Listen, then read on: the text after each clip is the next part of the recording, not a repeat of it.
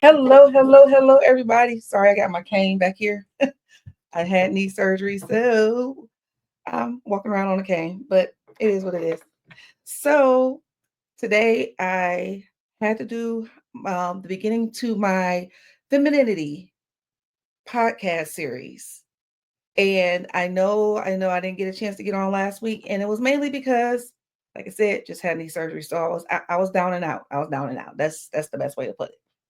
But tonight, I have a special guest with me. So let's talk about it. I am your host, Shakara, for Strength and Struggle. My special guest tonight is Nakia. She is a freshman at Morgan State. Go ahead, you can say hi to everybody. Hi. So, for those of you that don't know, Strength and Struggle is my small little podcast that I'm starting out. And you know what? I take that back. We're not going to say my small little podcast because we're going to speak it into existence that is going to get bigger than what it is. But it is my podcast about understanding the strength that you have and the struggles that you find in those strengths. Giving voice to reasons and voices to those who lack being able to speak up for themselves, helping you find your light in the every bit of darkness. So, welcome to Strength and Struggle podcast, where we explore resilience, self discovery, and empowerment. Today's episode is about redefining femininity, what it means across generations, and how young women are shaping their own definitions. Sounds exciting, right? Yeah, sure. Let's see. A little bit. All right. So, I let her introduce herself. I introduced her. I'm going to reintroduce her so she can speak a little bit about herself. But this is Nakia. Yes, she is my daughter. You guys probably can see the resemblance, even though I have on my glasses. But she is my eldest daughter. She goes to Morgan State University. So I'll give her a chance to introduce herself. Hi, I'm Nakia. I sometimes go by Kiki, and yes, I do go to Morgan. It's been a very nice, kind of rough year. I I actually have my own crochet business called Kiki's Customs. Um, I'm a Sagittarius. I don't know how much more to like introduce. Oh, I'm also a teacher's aide. So yeah, What's your major at Morgan State? communications. I forgot about that. Communications. Strategic Interesting. communications. So what made you go into communications? I just saw that it had multiple different things I can go into Uh-huh. with just that one degree. And I know that one thing that I can get into outside of public relations and also HR is Okay. that I can get into like social media, like being a manager for social media. Which my business I've been working on a little bit with having a social media presence, and it's been going pretty well. Okay. So that's definitely something I can get into. Okay. All right. So, with you going into communications, what do you plan to do after school with your communications degree? I am still trying to see. Still I haven't deciding. had any classes for it yet, so we're gonna see. Okay, still deciding. Still deciding. That's fair. That's fair. And that's the one thing I really do like with communications, that I'm able to like do multiple things with that specific degree. Okay. So I'm like, okay, when we get into that, we're gonna see, oh, what is it about? Then Hmm. it's gonna be like, okay, I see what I'm doing now. So those of you out there listening, as you can see, I got a little communications person in my life. So we're gonna see what we can do to help her figure this out. But she's only a freshman, so typically you don't start figuring it out to sophomore, closer to the year. So you still got time. You still got time. So as a mother and a woman, I've seen femininity evolve over time. I want to have this conversation with my daughter to understand how her generation sees it, right? What's changed and where are the struggles that still lie, if that makes sense. Because in today's world, and even, in yesterday's world, it per se, when you speak about femininity, the first thing people want to, label you as is a feminist. Yes. The first thing they say, oh, you're just a feminist, you hate men. And that's not the case. That's not always the case. Um, Once upon a time, my aunt, my favorite auntie, she had her license plate said femme fatale. And I looked up what femme fatale mean when I was in high school because I wanted to know what does that mean. And I was like, oh, that is who she is. My aunt was this strong, vibrant, independent woman. She has a law degree, she is intelligent, and she was fierce in everything she does. My aunt was the one I wanted to be when I grow up, if that makes sense. And what's funny about stuff like that is that people took my strength in me knowing and understanding that I am a woman, kind of like the old saying, which this is aging me, so you're probably not gonna know what I'm talking about. It used to be a saying that says, "I'm a woman, hear me roar." Have you ever heard that one before? I think you made us say that in cheer. Yeah, I did. I did. I was a cheer coach before, and so it's like I never allowed or wanted to allow anyone to take that from me and make it seem like me being a woman and me speaking up for women and strong women was making me put down men.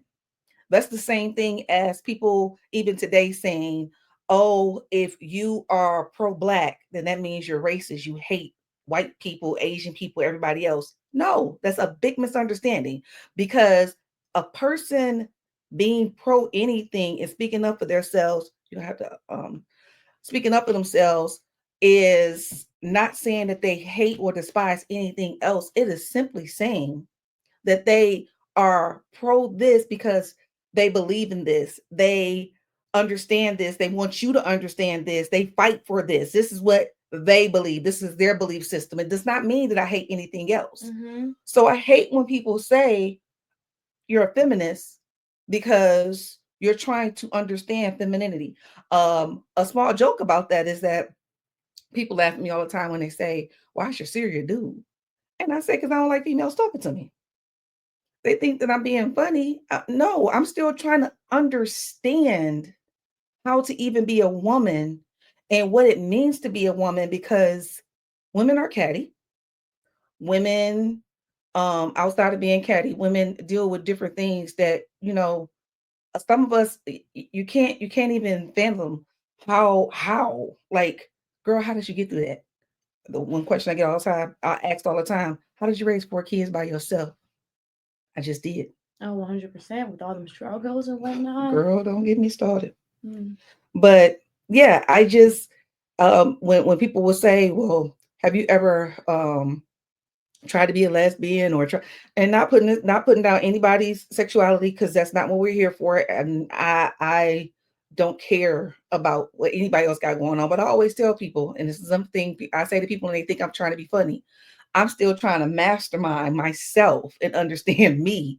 So I dang sure can't try to understand another woman in the same situation. And that's just being honest. Yeah. I mean, and again, I will not ever speak down on somebody else's relationship, but don't that's why me, I'm still trying to mastermind me, and I'm still trying to even mastermind me, and that's a whole nother situation. You still got a lot of time for that. They are I still difficult. I still say that you did decide, well, not decide, but if you ever, like in another universe, get into like, if you were ever a lesbian, you would thrive in the lesbian world, in the gay world. That's my opinion, that she would be thriving. See, that's I listen here. I am a woman of, you know what? I get what you're saying. I'm gonna take that back because I get what you're saying. I get what you're saying. So before we dive in, I want to hear from you. Drop a comment. You can DM me or tag us on social media at Strength and Struggle Podcast. What does femininity mean to you? And wait a minute, I gotta open my chat box. Hold on. Oh, we got Kalima, and oh, she's gone. She is. You used to babysit for Kalima back in Jacksonville. Oh my Yes, I goodness. didn't even see her comment. She's old, and she said that she is a class of 2002. That was the year I graduated from high school. Oh my But she was a goodness. class of 2002 from Morgan State. Did you even know that that was her alma mater? I did not. Oh wow, me neither. Look at that. She's a Zeta now. So I Oh, mean, you can say, "I speak, shout her out, speak to her if you want to." Well, she's not on right now, but she sees you. okay. Fellow bear. So yes, oops, I didn't shout her out on There we go. I shout her out on YouTube. But okay, so we don't have any questions or anything about femininity yet. I'll if anything pops up, then of course we'll bring it on the screen. But the question is, and you can DM me or drop it in the comments, what is femininity to you?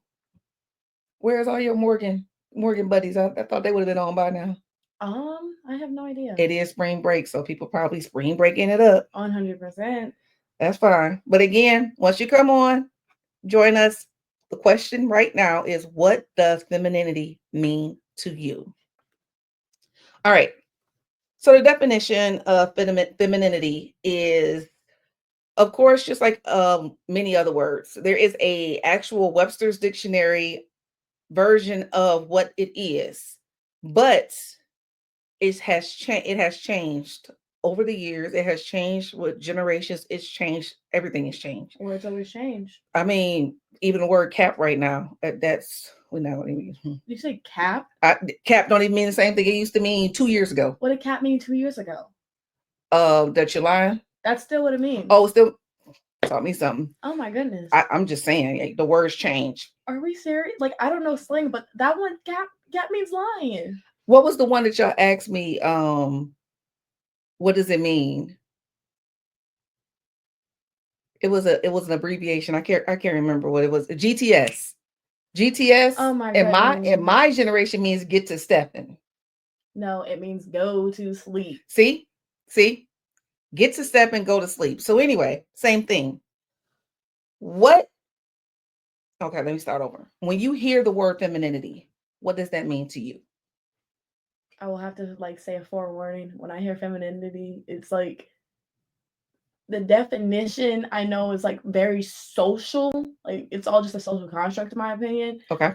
But the first thing that comes to mind is just very girly, in all honesty, dresses, skirts, maybe wearing some type of flats or small heels. Mm-hmm. A teacher, and I'm not downplaying any teachers, especially male teachers, but this is just how society and our world has taught me, and this is not how I'm actually am. Someone who's in the kitchen, maybe baking, a housewife or something like that. When it comes down to femininity, I'm thinking about that. So to you, femininity is basically going back into the 60s of being the housewife with the skirt on, cooking, baking, doing everything that a woman is supposed to do. That's basically what femininity is to you. That's the first thought, yeah. Okay, that's fair. That's fair. It's in my opinion. So to me, femininity means understanding womanhood and being a woman, because yes, the first thing that comes to anybody's mind is the adulting wife, the one that was to sit home and she bakes and she cooks and she cleans. That's the first thought for a lot of people. When I think of femininity, I believe in being able to still be a woman, look like a woman, act like a woman, but being able to still do things outside of what a traditional woman is supposed to do. When it comes down, or in society is supposed to do. When it comes down to women in general, because like I said, all of it is just a social thing and what society puts to, because everything you said is still true. Because I also think about wearing light colors, pastel colors, not heavy colors, wearing light makeup and everything like that. But whatchamacallit, being a woman, that whole thing is what is a woman, is what actually questions femininity and being a woman, because femininity, some guys are have femininity or is feminine, so it's just that's a big one right there, because guys definitely have been known these days to be more feminine. Sassy man apocalypse. Let's put that out. Say that again. Sassy man apocalypse. Oh wow. Okay. So what is the sassy man apocalypse? What does that mean? It's just this thing that it's a very much online thing that came across, that a lot of women have made up, because men have always been sassy and feminine, but nowadays it's been a little bit more, and we love a lot of us do like when men are feminine every now and again, Mhm. but sassy men is now, it's just like, oh, they want the women to do the more masculine, quote unquote, because masculine is also a social thing, but masculine things where they want you to pick them up in your car, they want you to pay for dates, they want you to go do this. It's a lot to explain, but yes, everything you would think like a girl's doing, some of these guys are doing. So it's just like, it's sassy man apocalypse. So Even that's kind of like, even when you get to, like, you see the people at the gas station, and you get to the gas station and you see a woman in the front seat get out and go pump the gas, and a grown man is still sitting in the front seat. And I've asked this question before. You're not gonna pump the gas? Oh, I'm in my, what is it called? I'm in my something era. princess I'm in my era. soft boy era. Oh my goodness, not That's soft what it boy. is. I'm in my soft boy era. Oh, I've never understood what that meant, because here we have it where people, especially men, especially black men, if we really want to call it, saying, y'all don't need us anymore, per se. yeah. You act like you don't need us, and I still don't know what that means, because everybody needs somebody, but not need somebody in regards to, I need you for me to be successful. No, everybody needs someone for companionship. Companionship is good. Companionship, support, everything else. Exactly. But that is not a necessity to live. And I think that's where people get it confused, because it's like, it was another podcast that actually just aired. Don't remember the name of the podcast, don't remember the name of the podcaster. But the conversation was about the dating scene. Mm-hmm. And the gentleman on the podcast, he said that when he speaks to a woman and she says, I make this amount of, I make good money, I have my own car, I have my own house, I have a career, I got all of this, I have it all. Only thing I'm missing is a man. And he literally said, I don't want you. Yeah, yeah. He said, what makes me want, or what makes men want a female who got it all? Because where am I going to fit in at? And what pisses me off about things like that is, you cannot have your cake and eat it too. You cannot say, we want to be wanted and needed, but at the same time, we want you not to be able to do anything, because we want you to only want and need us Or rely on us. and That's rely. Yes, very much what type of mindset I'm trying to set before like the childish, in my 70s. opinion. It's definitely childish, but it's Mhm. like it's dating back to before women could get credit cards. Buy a house, because women used to not be able to buy a house or get a Without bank account. without their husbands. Mhm. That's what it's hearing, is that they want them to rely solely on them, and that's just like and this is also because of podcasts that people have this a lot of these mindsets, just like they want to be the provider. Got They it. they want to be the alpha male. Ugh. And this is who, I'm glad you said alpha male, Oh Jesus. because an alpha male. So let's take, and you can attest to this. Would you say that I'm an alpha female? Oh, I'm not I'm not going to it nothing rude to you, because I would say in the sense yes you are, but when it comes down to specifically our generation, it's just because men on these podcasts they say this stuff, and it's just like what's his name, Andrew Tate, yeah. people like him, and there was another guy that's also bald, I forgot. They have taken the alpha, omega, sigma, beta, all those terms that people use and turn it into such a cringy and toxic thing. I'm So not when looking for the cringy and toxic. I'm looking for the basic definition of an alpha the female. basic definition, but it's still kind of like cringy whenever it's just like, oh, I'm an alpha female, you're an alpha male, or like a sigma, stuff like that. It's very cringy I get what you're saying. nowadays. But yes, I will say that you are like an alpha female. And when it comes to Donnie, your stepdad, is he an alpha male, in your opinion? Yeah. So here's the problem. When me and my husband got married 5 years ago, people said, you're an alpha female, he's an alpha male. Y'all are going to bump heads and y'all not going to make it. But nothing has changed. I am still the alpha female I have always been, and he is still the alpha male he has always been. But where we found our medium at is that I know how to respect his alpha when he needs to dominate. He knows how to respect my alpha when I need to dominate. When we do have those moments where we both are like, ugh, we take a break, back off, figure it out, and come back to the table. People, for some odd reason, believe that alpha females are untamable. And that's just simply not true. What would you think? I don't have too much conversation on the alpha male, alpha female thing. All I can think of is like specifically is like strong women, and it's just like strong women are like untamable, if I have to put that in a sense. And that is, in all honesty, so stupid to say It's very stupid to say, in my opinion. because it's just like it's saying like someone hard headed because there's a difference between a strong woman and a hard headed woman, Mm-hmm. and they're for some reason putting them in the same category. But when it comes down to a strong women, they have like common sense. They have Yeah. knowledge. They're educated. They know when to like take a break and take a seat back. So you're familiar with South Park, correct? Oh, 100%. And so on South Park, remember when Strong Woman was introduced? Yes. And remember how Strong Woman ended up falling for PC Principal? Yes. So now we have this politically correct principle, because that's what PC means for those that don't know. PC principle was politically correct principle, basically. So they always made sure that everybody was included, or need I dare say it, DEI.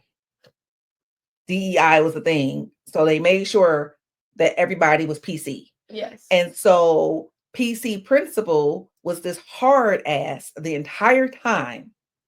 And then Strong Woman came on board. And what did he do? He broke all the rules and got Strong Woman pregnant. She broke all the rules and she made a statement. And I know it's silly for me to reference South Park, but if you actually think about it, South Park speaks about all the things we don't want to talk about.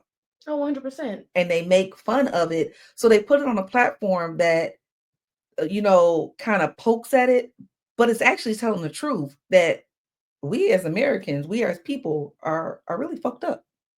Yes, and stupid. So anyway, not PC principal, Strong Woman made a statement and she said, if people find out that I got involved with will let you get me pregnant, they won't see me as strong anymore. Especially since he was our boss. That goes into we're going to tie into that in a minute, but that goes into that thing where we as women feel like we have to shrink ourselves to make a man in any situation feel superior to us, inferior to us. Wait a minute, I said that wrong. Superior to us. And it's like if they don't feel superior, then they feel inadequate. I know you're only 19, so No, I hear what you're saying. you haven't really had to date like that yet, and you really ain't got seriously involved with people. Thank God, because I can only imagine what y'all dating pool look like. I can only imagine. So Jesus. Yeah, that's interesting. Let's see if we have any questions in the chat so far, and I don't think we do. Okay. Remember, if you have any questions, comments, concerns, please drop it in the chat here on YouTube or here on Facebook, or you can DM me, and I'll be sure to shout you out or answer your question.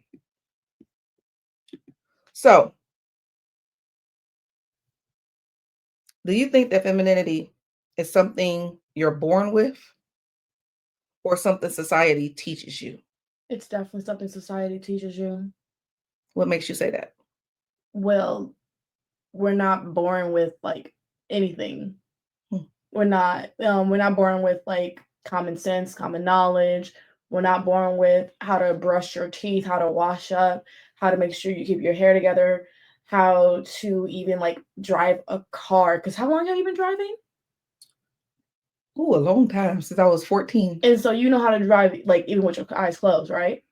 We're not gonna talk about that, but yeah. And so you I were put a taught that. makeup on. Yeah, yeah, yeah. And so it's just like, because at that point, now you can you ever see yourself never like knowing how to drive? I can't.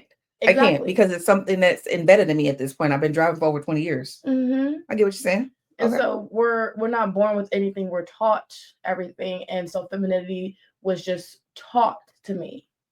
Like society like teaches me, oh, how I'm supposed to be feminine, or like what femininity looks like. So would you agree when you say that society teaches you femininity, would you agree that ever since being a little girls are always told you have to play with dolls?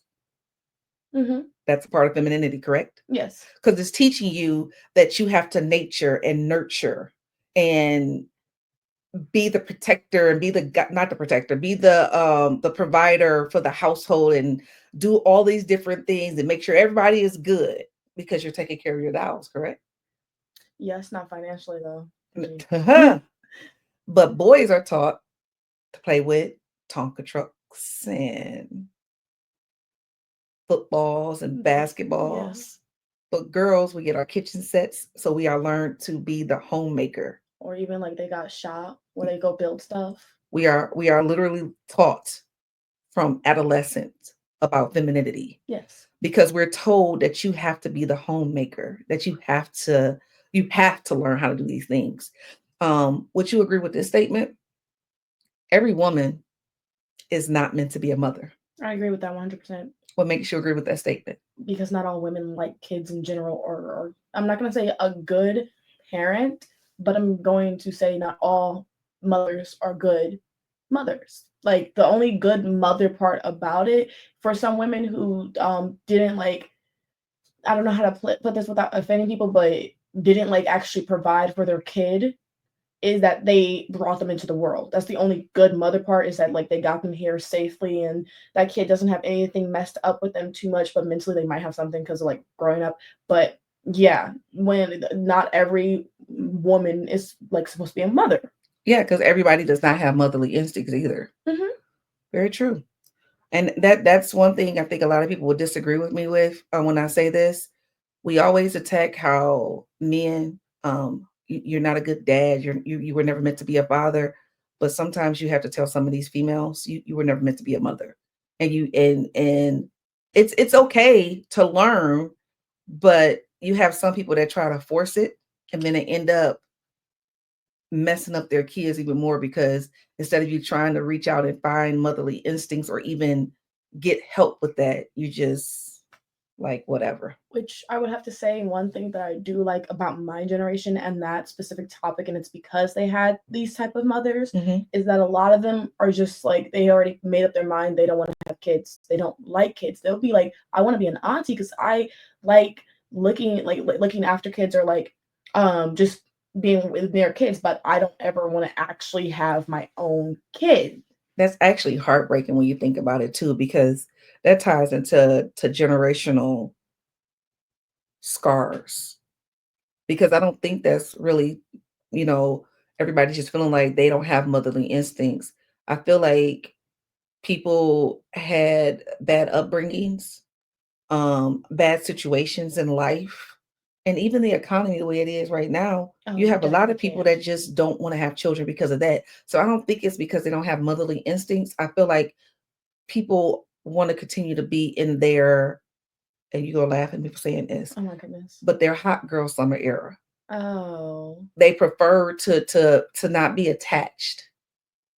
And so it's not about not having the motherly instincts. It's about I prefer to not attach myself to this little young human for the rest of my life. That's what I'm seeing. And it's sad because that means that the next generations are going to suffer because now we're not having more children to.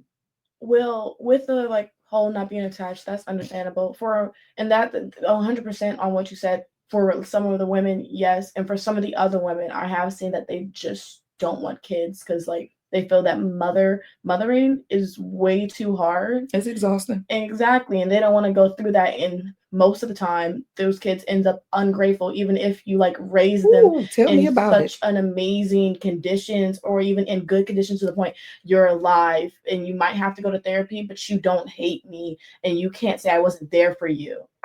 Y'all heard that right? And so yeah, That's my own daughter saying that. I, that's just a lot of people, and that's understandable. Some people just don't want to have kids, and they don't. It's not like, oh, I don't want to be attached to a human. Like I said, they would want to be an amazing auntie. They're going to get attached to their nieces and Mhm. nephews, but they don't want to, outside of the financial burden of a kid, Yeah. the emotional and traumatic burden of what your kid could end up doing to you, and a whole bunch of other stuff of like, even if they raise this kid, society, if that kid does something bad, that woman is the first one they're going to look at. So you have a lot to have to go on your shoulders with being a mother. Very true. Ooh-wee. You said a mouthful, Key. Okay. So I want you to take a moment today and reflect. How do you express femininity in your life? And drop your comments in the comment section. Is there is it how you dress? Is it how you carry yourself? How you mature relationships? Or something else? Share your thoughts with us. How do you exhibit femininity? So Nakia, you want to start off? How I exhibit femininity? Yes. Um, it's I do a lot of things I talked about. A lot of the times crafts, because I do a lot of crafts, crocheting being one of them. I love to sew. I do some embroidery. Actually crocheting right now. That's a nice feminine thing. I made this. I also like colors, and I love wearing dresses. That's kind of how I do my femininity, like physical wise. Yeah. So what about relationships or anything like that? Um, I would like to point out I grew up in a strong woman household, so I'm a little strong woman willed. Um, when it comes down to in the relationship, I don't really have much to say for that. So you basically don't know how to be more feminine in your relationship per se? Not yet. Oh, I'm sorry. I have yet to. That's my fault. It's not really your fault per se. And it's mainly it's in all honesty the whole household fault, because a lot of the times, a lot of like when it comes down to being, whenever I was involved with another woman, that's a whole nother like conversation. But when it comes down to being in a relationship with a guy, guys are stupid. And so I'm not equipped to deal with stupidity. When it comes down to someone my age, I can deal with stupidity with kids. But when it comes down to guys my age, a lot of them are stupid. And when I have to deal with stupidity, then I have to like dumb it down and just be like, okay, this is like what is happening here. So I have to take lead, because I'm like, if I don't take lead, then we're gonna end up in some stupid mess. So that's kind of why I don't really practice femininity a lot in a relationship. So yeah, it's not really your fault. It's just a lot of people are just stupid. Common sense is not as common as they say it is. Common sense ain't never common if you think about it. Yeah. That's interesting that you say that though, because um I see a lot of relationships these days where just like we talked about earlier, these young guys they don't want females that got it together. They kind of don't want you to be smart almost. They don't want you to think for yourself.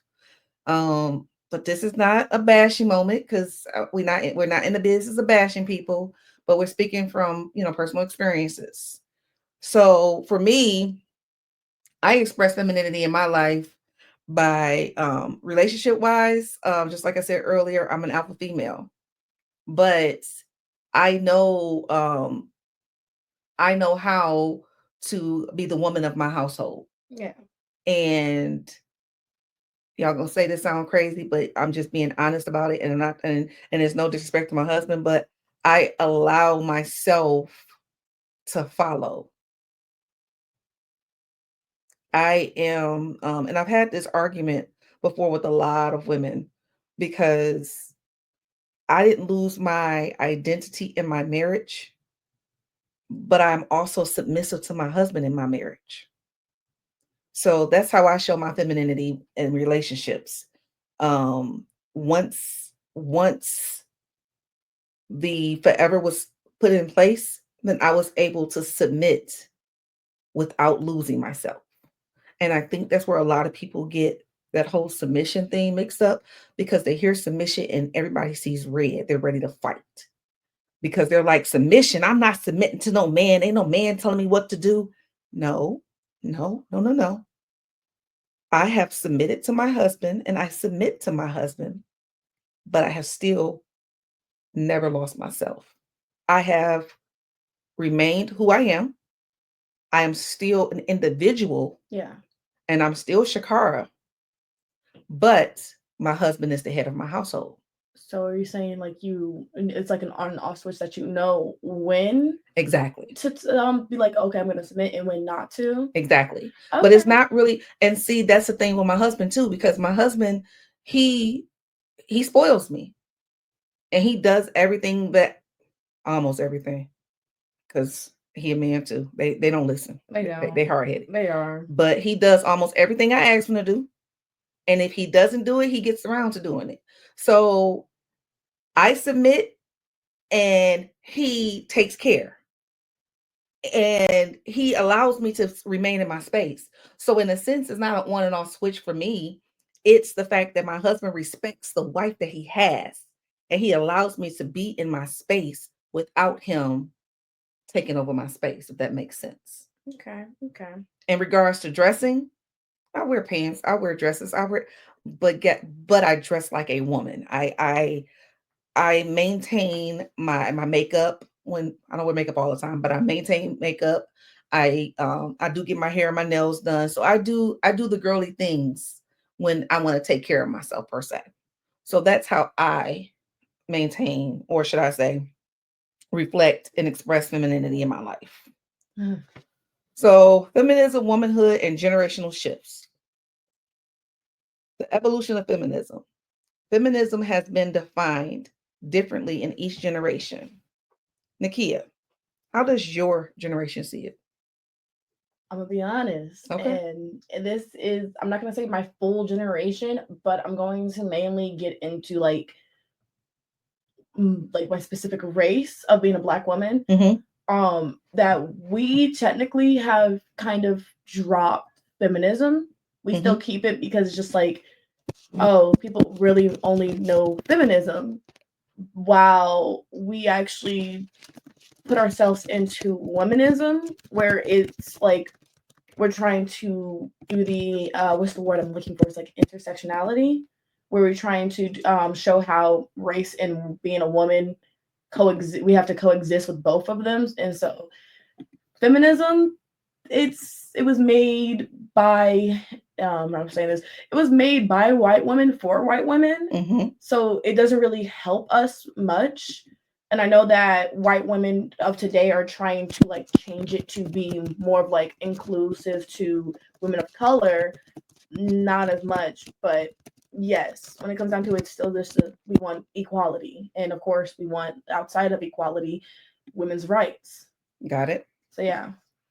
Okay. So, what would you say your generation is doing differently when it comes to femininity? When it comes to femininity, Yes. um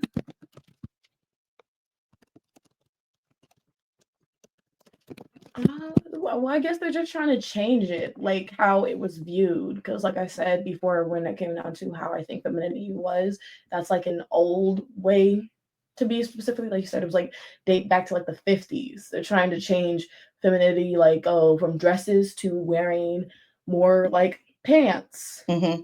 to not wearing as tight of clothing so that you can still look feminine and be feminine when you're wearing looser clothing. Mm-hmm. Um, of course, it's just, yeah, we're just trying to change it to be less like, ugh, 50s housewife. Yeah, 50s housewife? 50s housewife. Yeah, Interesting. we're just trying to change it to be something more into. We're not all like that, but we're still feminine at the same time. Okay. I get what you're saying. I do. I get what you're saying. So, social media and divisive roles in feminism today. Hmm.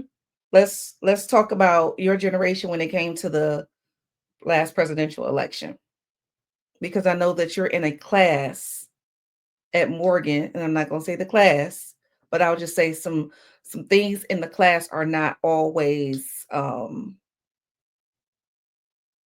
pleasing to hear. Tell me a little bit about that. So specifically with the class, I'm straight going to say it. We none of us like Trump, but they didn't really like Kamala. To be honest, Okay. they didn't like Harris, and it partially they just feel that she's not saying much. She's not helping much when it comes down to the black community, in their opinion, or black men specifically, and that they feel that the only thing that she is doing the only thing that she is really doing that will get our generation is um just women's rights. The whole Roe v. Wade, that they feel that's the only thing that she's not really doing much, but just Roe v. Wade. Okay. And they didn't like the whole thing with Megan Thee Stallion coming on the stage. That's they're not really liking that, but they do like her more than Trump. But a lot of them did want to vote for third party or vote for third party.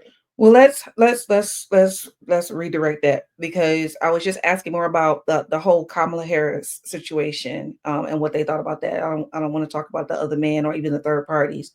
What was the biggest problem when it came to a woman running, when dealing with people in your school? What kind of things did you hear from people? Because I've gathered that a lot of people were offended or felt that a woman could not. My most disrespectful comment that I continue to hear is that we are unstable and not ready to be president. Yeah, I know. Can we please talk about how who started the wars? Okay. Like, there's so much when it comes down to we're not as emotional as people are making us out to be. It's, in all honesty, not trying to be a little sexist, but when it comes down to politics, you always see the guys are the emotional ones. Mm-hmm. You have no disagreement for me on that one. None. So, do young women feel more pressure to be strong and independent rather than soft and nurturing? In today's world, Mm-hmm. I would have to say yes. Why do you think so? Um, it's because, and it's low-key kind of because of feminism. Mm-hmm. And a lot of women have like spoke about this when it came down to it, that some of them wants to just be a housewife, but because of feminism they just want to, like, they have to go work, they have to go provide for themselves and whatnot, because they are also still like they're not conservative in any way, shape, or form. So it's like they don't want to be like married to a conservative man who's going to do this stuff. But yeah, it's kind of because of feminism of why they have pushed to be a strong woman. Okay. That's just all how it is, equality. And so when it comes down to equality, you have to try to be equal to a man, and being equal to a man sometimes is being stronger than that you believe that you are. Okay. Interesting. So, the pressure for me of feeling like I had to fit in the traditional role of femininity and how I navigated it was military. Um, I've been in the military since 2003, and many of times in failed relationships that I had, you had guys that felt that because I was in the military, that I acted more like a man than them, that I was doing everything for me and mine, that I didn't need them. So it's been many of times that I've had to, and that I actually lost myself, but I had to diminish my own not wealth, but my own trying to find the right words, my own worth. I had to diminish my own worth to make somebody feel special. to make somebody feel like I needed them. Um, that I'm a helpless damsel in distress. Of course, it's not like that anymore, and it changed a long time ago. But yeah, beginning off in my 20s, I literally used to play damsel in distress just to make men feel better about themselves for even wanting to take me out on a date. I will have to be honest with you. Hmm. That still happens today. Yeah. That I've actually had to do it like a couple of times to make guy feel better. I would have to be like, oh, I don't know this or that and the third. I know this. I knew it. It's just, are Hmm. we serious? That's a lot of women still do that because like we do try to force ourselves to be stronger, like I said, because of feminism.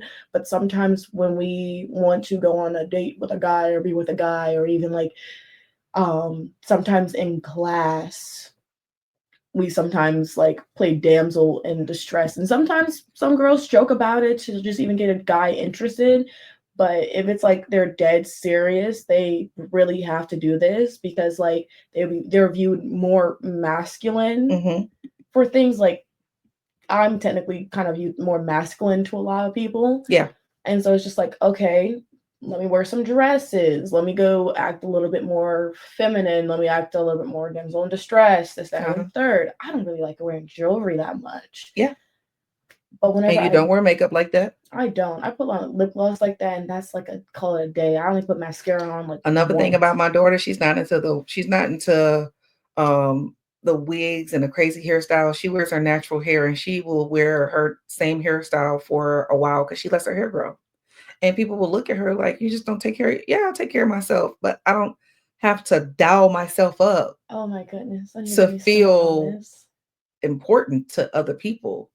And that's one of the things I would say that I admire about you, because I can remember being your age and feeling like I had to stay in the mirror and I had to look perfect to walk out the door because nobody would want to deal with me. Nobody. Even having kids, the femininity of being a mother and trying to, make my situation better. I felt as though I allowed, and you know this, so I don't want anybody jumping in my comments and saying, I can't believe you're saying this in front of your daughter. She's 19 years old. Her brother is 20. They are both well aware of a lot of situations that their mom went through now that they're adults or young adults. Um, but I can remember having you, your brother, and Trayvon, and your dad was cheating and doing all the lying and all the craziness that he did. And he mentally got in my head and said, you can't leave me because no other man wants you. You got 3 kids. I believed that. And I believed that it was my job to continue to take care of him, my 3 kids, and my household because I'm stuck now. I'm a mom. I have to do the mothery thing and take care of my kids. I have to stay with this abusive man to take care of my kids. That is a situation I will always, I'm not going to say hate myself for, because I'm glad I went through it because it taught me strength. Mm-hmm. But that is one of my instances of forcing myself to be this woman that I was expected to be. So I'm sorry that I know they got a little heavy for a minute.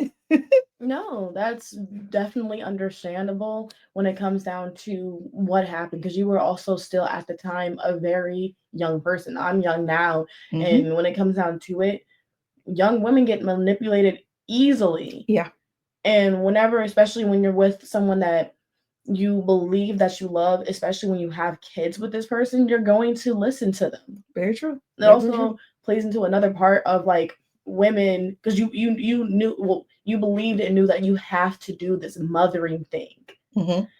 and that turns into another thing when it came down to other people when they don't want to have kids. it was such a, I'm not going to say burden, but it was such a huge job that it cost you your own like mental health. Very true. So, you already know. One thing about me when it comes to my children, I stopped a long time ago trying to shield them from the truth because shielding your kids when they get older from the truth and not being upfront and honest with them will cause nothing but animosity and anger when they get older. I'm living it firsthand. Um, Luckily, my oldest son, we've gotten through it, but he was one of those I shielded him for so long from the truth that when he learned the truth, he hated me for it. And it was nothing I could do. But that's another story for another podcast for another show. So we'll go to the audience right now and see if anybody has any questions or answers. I don't see anything right now. So not gonna even ask those questions since we don't have anybody on right now that's asking that's there. So the personal journey, let's get back to you. Your personal journey, your college identity, and your self-discovery. So you're not just in any school. You are in an HBCU. Of course. For those that don't know what that means a historically Black college university. Yes. Okay. Um, her mom, is a Sigma Gamma Rho, which is one of the D9, but that's another story. So let's talk about your experience so far, because this is your freshman year. You're halfway through your freshman year, right? More than half. I got like 2 months. Like more than halfway. You're right. How is it being a young Black woman in school today? Um, I'm gonna be honest, and I kind of always like knew this because colleges are where you're going to go find like that's where like the political correctness is gonna be. That's wherever like the liberal part is, unless you're going to a conservative college.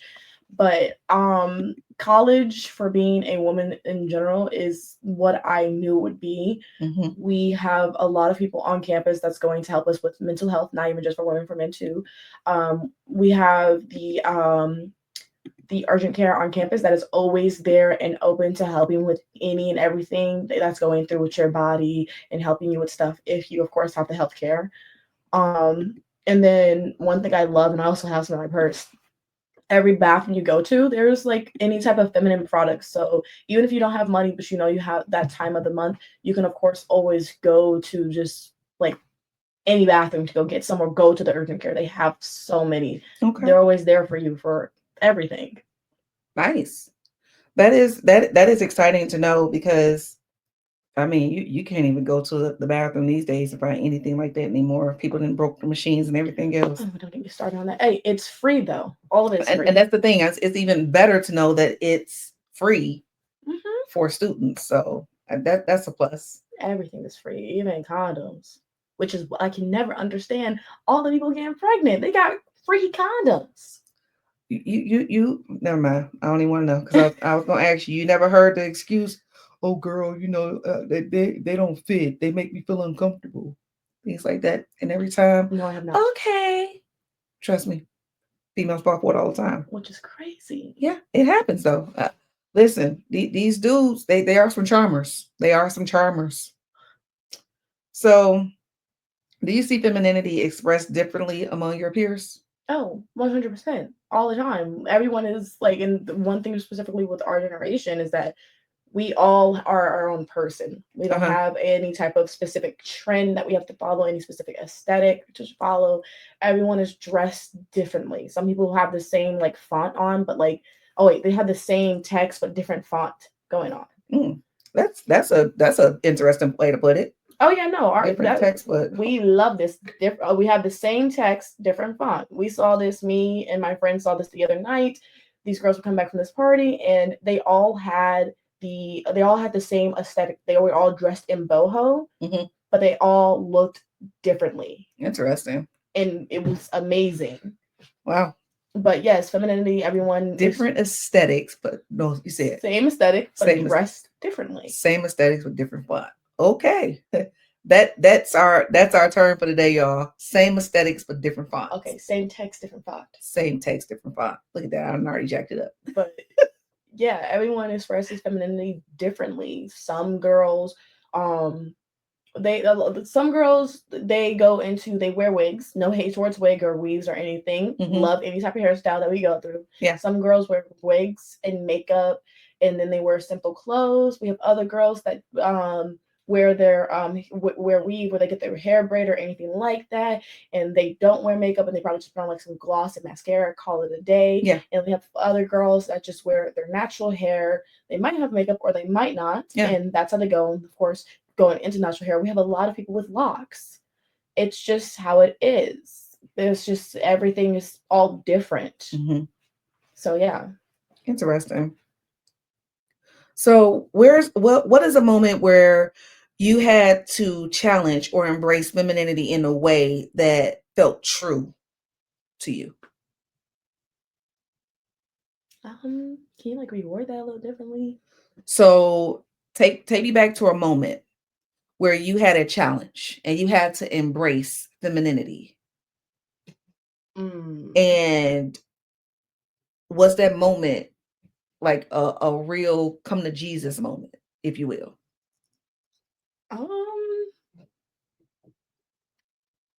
I don't really know too much because like I always try to embrace my femininity. I guess the only time I can say that I started because I was a tomboy as a kid. Yeah, you were. Dressed more masculine, but Yep, you did. I guess that I have to say like whenever I was like starting to become more of a teenager, like in high school, wherever I'm like I want to look a little bit more girly. I went through the whole thing of dresses and heels. Yes, she did. Closet full of heels. So my heels, my skirts, my dresses. Funny thing is, I cannot find any of my heels now. I had to borrow them because I threw them all away. Okay, I just found a pair in the garage today. But yeah, I guess just whenever high school had started, that I had saw that I want to dress more feminine. Okay, I mean, fair is fair. So, some lessons from different eras when it comes to femininity. When you think about, if you can give me, let's say top three women who you feel magnify what femininity is, of being true to yourself and dominating, who are dominating right now in the world, who would your top three be?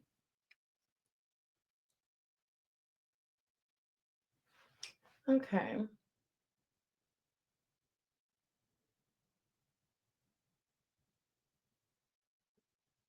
I'll share mine while you think about yours. Yeah. Michelle Obama, Issa Rae, Oh, 100%. and oh, oh, I'm about to piss some people off with this one. Oh my goodness. I'm about to piss some people off with this one. Megan Thee Stallion. I was thinking that one. And I'm gonna tell you why I'm gonna piss people off with this. So there's a lot of people that don't realize this. And my daughter will, she will tell y'all right now, I am a hot tea. I don't care how old I am. I am a very big Megan Thee Stallion fan. Ask her any questions, she knows it. And the reason why I am a very big Megan Thee Stallion fan is because, first off, yes, she is a whole different generation than I am. And people have to understand that. You have to understand that these generations, they speak differently, they understand things differently, and they process their moods, their feelings, their everything differently. Okay. Megan is not even 30 years old. And we have grown women who are well in their 40s and 50s that continue to attack this woman because you feel that she should be somebody different, or you want her to be somebody that she's not. What made me become a bigger Megan fan is because Megan Javon Ruth Pete. Oh goodness. If you ever see this, which I'm quite sure you never will, understand me when I tell you I am proud of the woman that you have become from the little that I know, because of course we don't know her life. We don't know her life. We know what is put out here in the media about her life. But for someone to lose their parents, for someone to basically be told that you are not shit, you never gonna be shit, you never were about shit, and turn that shit into success, still graduate from college, and continue to be true to who she is, despite what anybody else say. Love her body in the way that she loves her body, not the way you think she should love her body, made me a fan of hers. Because any person that can be 100% authentically true to who they are is good in my book. So when it comes to Megan, and even when it comes to Cardi, a lot of people don't understand this because they like, but you're not like that, which I still don't know what like that means because code switching is crazy over here. Listen, y'all don't even know. But I am like that because what I see in Megan is I see the 20-year-old Shakar, where people told me I wasn't going to be about nothing, where people told me that I was not going to amount to anything, where people told me, because my story is different than hers. I had kids and was told that, my life was over and I wasn't going to make anything of myself. And I proved everybody wrong. And I'm still continuing to do so. But what I see when I look at her is I see the young 20-year-old version of myself. And the fact that that woman continues to give back and she does outreaches and things like that for other young women, that is why I feel like she is definitely killing it out here in the game when it comes to femininity. So what's your three? I'm gonna do two of them specifically towards my generation. Okay. One that, but two of them are fairly new Okay. to I'm not gonna say fairly new because they've been in the industry for a minute, Mm-hmm. but they're fairly new to people now. My first one is going to be Lebe. She is an Asian Icelandic woman. Okay. Who got into jazz. Well, she's been in jazz. She's an amazing singer. When it comes down to her femininity, it's like the softer side of femininity, in my opinion. Okay. And I just really, really love it. That's probably why I love Lele so much, is that she has the softer side of femininity, and I always like the softer side every now and again. Mm-hmm. It's amazing. That's all I could say is it's amazing. The next one, Dochi, love her and everything. She is, I don't know how to explain it, but you know how it is to be a woman who is black, especially since she is dark skinned. Mm-hmm. And she wears her braids all the time, specifically like cornrows. Yeah. That a lot of people are like calling her like masculine and all this other stuff. But I feel that she is embracing the feminine part of being a black woman with the braids. Because in all honesty, I don't really wear my cornrows that much because I feel too masculine within them. But with Dochi out here doing that and showing that, oh, the black culture and wearing these styles that people will see as masculine or we used to see as masculine on a woman who's that gorgeous, it's like it's honestly helping and like giving me confidence to embrace that side. And then my last one isn't part of our generation, but I always love her, Angela Bassett. Baby, listen. Oh my goodness, I love Angela Bassett. She always keeps it classy. She's very demure. That's what it is. She's amazing. Listen. All the time. And you know what? I'm mad at myself for not saying that because you already know that's my favorite actress. But whew, Angela, that's one person. So she's on my top 5 list of people that I ever met in person. I would probably fangirl. I would probably fangirl because she is the epitome of what a black woman is and should be. Just saying. And you already know I love Michelle, not just because she's our former first lady or forever first lady, in my opinion. Michelle Obama. But because she's a Capricorn, January the 17th. Just putting that out there. Yes, I know a lot of Capricorn birthdays, and they're embedded in my brain. I'm very big on Capricorns, okay? I'm a Capricorn, very big on them. But Angela Bassett, every time she speaks, she silences a room and make you shut your mouth and pay attention to what Auntie Angie got to say. So before we get ready to wrap all this up, um, growing up, I was always told that women should be soft spoken, but I found my power in being vocal. It took me years to unlearn that silence wasn't a sign of grace. What does something like that mean to you?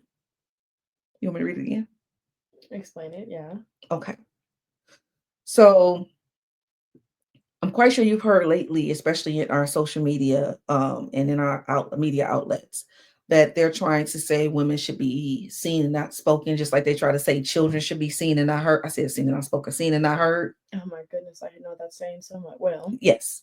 So growing up, we were always told that ladies, you shouldn't be loud mm-hmm. because, and I mean, your mother is Shakara, so you already know You already know me. that I get told all the time, I'm loud, I'm abrasive, I'm too much. Mm-hmm. And growing up, you're told that as a young woman, a part of femininity, and then of course they don't say it's part of femininity, but a part of being a lady, because that's the way it's always been classified to us. Lady. To be a lady, you have to speak soft. You have to speak with grace. In other words, don't make too many waves, Mm-hmm. or else it's unladylike. And I held on to that for years because I felt that that was the truth. I wasn't allowed to have a voice because if you have a voice, you are not being the right type of girl that you need to be. You're not gonna be desirable. You're not going to be desirable. You're not going to be wanted. You're not going to be appreciated. You're not going to be respected. Right. Mm-hmm. And when I finally started to unlearn that and I started to go against the grain, that's when, uh-oh, she aggressive, she abrasive, she rude, she nasty. That's what that means. That's the explanation of that. So what does something like that mean to you? Because I know that you've dealt with it too, that people have told you that you have to change the way that you speak so that people can receive you better. Yeah. So, what that specifically means to me as someone who I am loud, I will 100% say that. I'm kind of a little tone deaf every now and again. But okay. But yeah, and then I've been told that I was aggressive, even though, and you taught me this, that I'm just assertive. Mhm. Because I can be aggressive, but that's because anybody can be aggressive, especially when you're irritated. But no, I'm an assertive person, and I'm someone who has always just been the type who is a leader. And so when it comes down to someone saying that I have to be like soft spoken, I have to be quiet, or I have to do this, that, and the third, it's like if I did do this, that, and the third, nothing would get done, and nothing will get done. I have been told that I was too much. I have been told that I was too much in a bad way and in a good way. I've been told I was too much as like, oh, you need to chill or go do something else because like we're not, your energy is way too much for us. Mm-hmm. But I also been told, and this is for my new friend group, I love them. They have told me I was too much, but in a good way because they love my energy. Got it. And every now and again, if it is too much, they're not going to straight up tell me. They're just going to literally like take a break every now and again. But when it comes down to that specific thing, it's BS. And when you said that if you're soft spoken and just like quiet, that you'll be respected, no, you're not going to be respected. You're just going to be low key a pushover. They're going to look at you like, oh, okay, she's not going to say nothing. She's not going to do nothing. She's just going to be there. Mm-hmm. You might get hate, but at the same time, you might get respect from being loud. I'm not even going to say might. There's literally like a good 90% chance you will be respected because these people would know, oh, if I need something to get done or if I need help or anything, I know who to go to because you get stuff done. You're doing this. In all honesty, I feel that either is a lady. And so if you want to be quiet and soft spoken, and a lot of people are, then that is you. But if you're going to be loud about it, be loud about it. Make waves. If you're not making waves, you're not getting things done. You're going to like struggle more than the person who's making the waves. Like you're going to drown in the waves. Understandable. So when it comes down to it, yeah, that's just I just feels like complete BS with like, oh, a woman is supposed to be seen and not heard. That's deep. So when it comes to the future of femininity, where exactly do we go from here? So breaking the mold is one of those things, right? Breaking what? Breaking the mold. Okay. So if you could rewrite the rules of femininity, what would they be? And the rules of femininity. If you could rewrite it, I don't. If I can personally rewrite it, I don't really have much to say outside of like if we have to go into the social thing.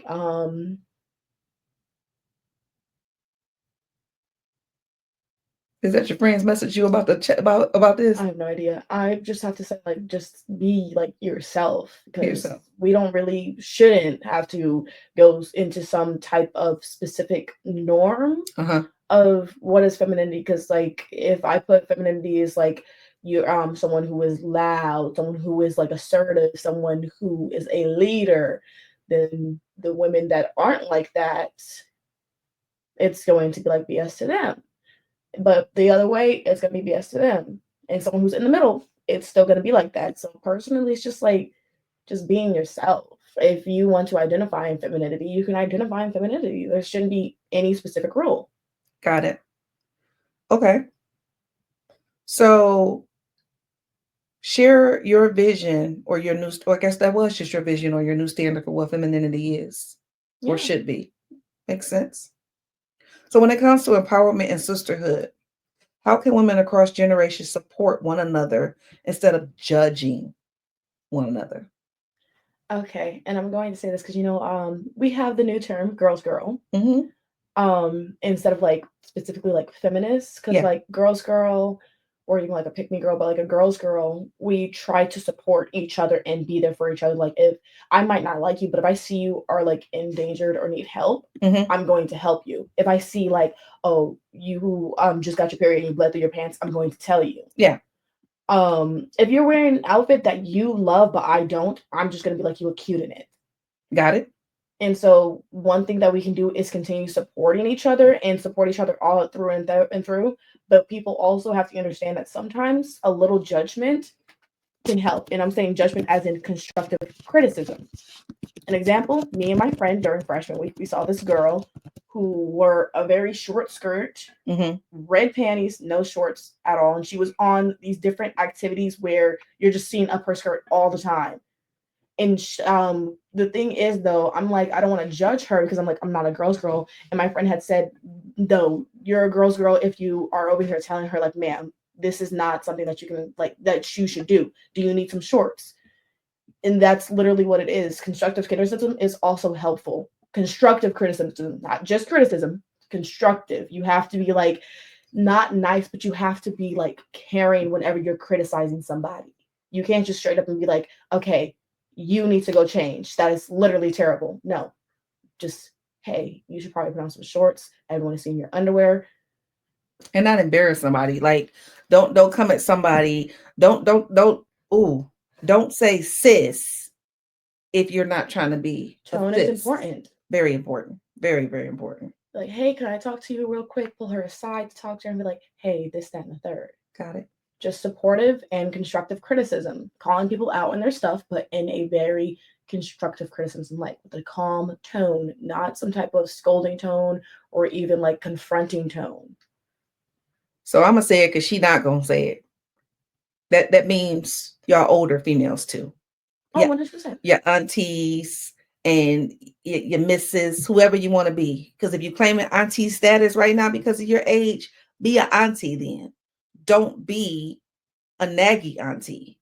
It's okay to correct these young women, but do it in a humble manner. They don't want to hear us just, oh my goodness, back in my day, oh my goodness, I miss when real women, oh my goodness, they shut down to that. They don't hear you. People don't hear you when you're throwing insults at them. When you're hurling nothing but insults and defaming their character, They don't hear you. They won't hear you. I know I wouldn't. You know you wouldn't. So that's for the older women as well. It's not just for young girls to young girls, it's across generations. Empathy also really helps whenever it comes down to talking to someone and trying to like help them like change a little bit. Mm-hmm. Empathy. Like I know, I understand, and I get this. Empathy. Try to empathize with them. Even like, oh, I used to do this, so I understand. Yeah, very, very true. Very, very true. So after all of this, how can mentorship, community accept and self-acceptance play a role when it comes to femininity, feminism, everything woman, if that makes sense? Not really. Can you explain it like in a different way? So in my sorority, we're about sisterhood, scholarship, and Oh, service. 100%. So how can mentorship and community cater to our your generation or across generations, understanding what femininity looks like, what it is, and where we can help with our young women? All I can say, etiquette class changed that. The way that etiquette class is now, that it is, Mm-hmm. it's outdated and not helpful. Of course, I Wow. still think that people should take etiquette class and learn how to like eat at a table, sit at a table, and everything like that. But the way etiquette class is, it's not always helpful, and it's just like telling us a lot of, like I said, outdated stuff. So, in all honesty, try to change some etiquette class or etiquette lessons. And the yeah, there's I don't not much I can really say outside of like supporting and like teaching people etiquette, like in a more like this times way, like probably asking people, oh, okay, what in etiquette class is not helping you, or like that's like doesn't work. So yeah, support is the main thing that I can really say when it comes down to the community and mentorship Okay. and So I want, empathy. Empathy thank is you. big. Empathy is big. Take if you don't take anything else away from the day, take that away. Empathy is big. It is important to help anybody. So I want to challenge everyone listening. If you're listening now on the live or if you're listening later on for a playback, this week, I want you to affirm another woman in your life.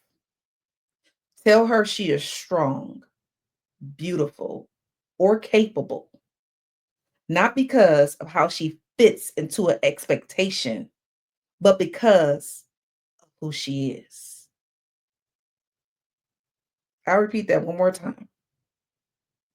The challenge to each and every one of you, whether you're a man listening to this, and especially if you're a woman listening to this, is affirm another woman in your life.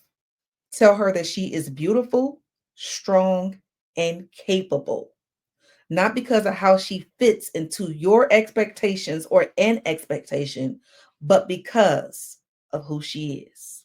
Something like this: Nakia, you are beautiful, you are strong, and you are capable because you are a child of God, a beautiful Black girl, a beautiful Black woman, educated, and you know what you want in life. Keep going. We'll be honest. Something like that. Don't just straight up go to someone and just say that. At least start a conversation. Because if you go up to someone and say that, they're gonna think you're kind of crazy, but they're like, "Thank you." Get this person away from me. Just start up a conversation, like, "Oh my goodness, this, that, and the third. How have you been? What's life going on?" Try to sneak into the conversation, because then you get that nice little Yes, hug and maybe some tears. yes. Please, please. At least if you're gonna do it to a stranger, make sure you start a conversation. But yes, please affirm someone this week. Remember, it's Women's History Month, Mm-hmm. and we need to celebrate our ladies, our women, our mothers, our grandmothers, our sisters, our cousins, Our aunties. our friends, our next door neighbors, the girl from around the way. Affirm another Also woman. affirming mothers too. Because like even though they chose to be mothers or sometimes they didn't choose to be mothers, they also be needing some type of affirming, because like Reassurance. We need reassurance all the time. yeah, especially if it's someone who is a young mother, like a mother with a young child and still learning how to like be a mother. affirm them. Like, you're doing the best you can. You're doing everything that you know how to do. You're still learning. It's okay if you fail every now and again, but you're learning. Your kid's going to love you at the end of the day. Facts. We're going to love you. So we're going to get ready to close this out. And with closing this out, I want you all to remember something. Today's show, in speaking about redefining femininity and what it is to us, was our own personal opinions. And this was a conversation about our own opinions, not something that we're trying to force down anyone else's throat. Okay? This was the opinions of us and us only. Take what you can, leave what you need. But at the end of the day, understand that it's always up for a conversation. Okay? If you don't take anything else away from today, I want you to take this. Remember that you are worth it. You are capable. You are loved. You are strong. And you are the only you that the world will ever have. If you don't understand that, then you have to reach out and speak to someone to get some type of, I'm not going to say help, I'm going to say reassurance. All of us have at least one person we can call on to just say, girl, I need you. Girl, what's up? If you don't have that person you can call on, you can always reach me here at Strength and Struggle. Either inbox me on Facebook, message me on YouTube, or reach out to me on my link tree, and the link is in my bio. And I'll be that friend or that listening ear that you need, because all of us need someone. But you are the only you that we will ever have in this world. There's not another Shakara. There's not another Nakia. We might have doppelgangers. We might have people that look like us. We might have people that act like us. We might have people that sound like us. But there is only one you. Okay? So I want you to remember, femininity is not in a box. It's a spectrum. Whatever you want to make it to be. It's a journey, and it's deeply personal. I want to hear from you. If you were not able to join the live tonight, that's fine.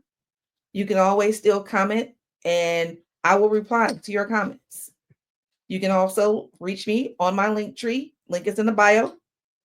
And remember, in order to stay connected to me, I am on YouTube, I am on TikTok, Facebook, Instagram, and Substack. Those are the different ways to reach me. They're all linked in my bio. Social media handles for me is hashtag Strength and Struggle. And for tonight's episode is hashtag Femininity Redefined.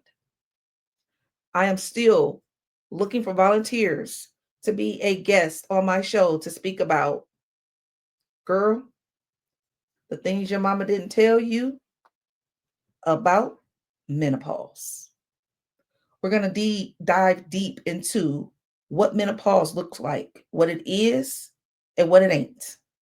And I know what I said, because everybody thinks that menopause is something else that's in a box. It is not. If you are interested in being a guest on my show to speak about menopause, please reach out to me in my link in the bio, and I'll be sure to respond. Thank you all so much for joining us tonight. This has been the episode of Strength and Struggle. Thank you, Nakia, for joining me. I appreciate you and I love you.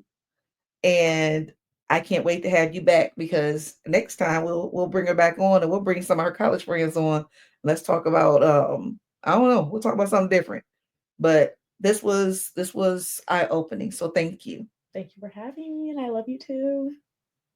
Thank you all for joining us for Strength and Struggle. Until next time. See you.